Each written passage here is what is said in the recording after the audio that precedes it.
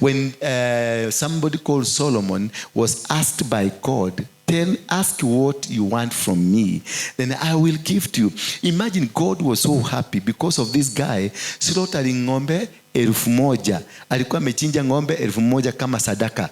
Sasa Mungu alikuwa amefurahi. Baka alikuwa, unajua, there is a way how you intimidate God.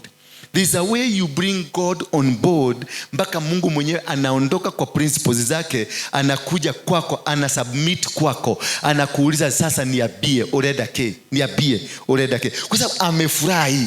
He's so happy, so delighted because of what you've done. So he's so delighted because of serving in the ministry. He's so delighted because of what you've done. So he's so delighted because your sincerity, your genuinity, your desire to serve him. He comes, anakuja kwako, anakutembelea, anakuuliza unataka nini sasa nikupatie. Wana amefeel, yani umemshida, ukamhota, yani ni uhotete wedo wake kinya akaigwa ndindiraiwa denadhire wa mundu uyu. Niko na deni, wacha niende kwa sieve nikauzungumze naye nikamuuliza anataka nini. Kwa sababu akiwa pale ushampiga kabale, umemkamata mpaka anashidwa, anasikia aibu. Najua kuna Mungu anasikia aibu nivikunya vile amefanya, because God said, I am a promise keeper. I will never forsake you nor leave you. God is a promise keeper. Whatever he promised is going to have to happen. Bwana Yesu asifiwe sana. Na njia mzuri ya kushinda Mungu, unamkamata hivi na unamkalisha kwa kiti, unamwambia sasa msema, ni kumkumbusha promises. Lakini hizi promises kumkumbusha, lazima na wewe ulifanya kulingana na venye mliagana na yeye.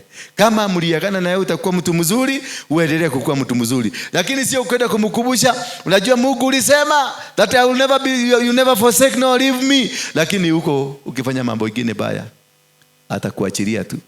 Akakwambia hata kama wewe umekuwa ukisaidia masikini, wakati wako wa ugonjwa atasimama na wewe. Those are the promises of God.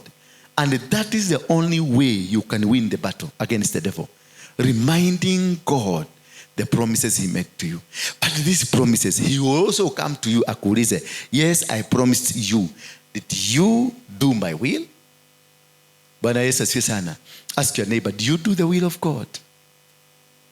Yeah, kama ukimwangalia sura, mwangalia venye amegeuza macho, utajua huyu hakuna kitu anafanyaga. He is not in the will of God. So this is therefore submit to God.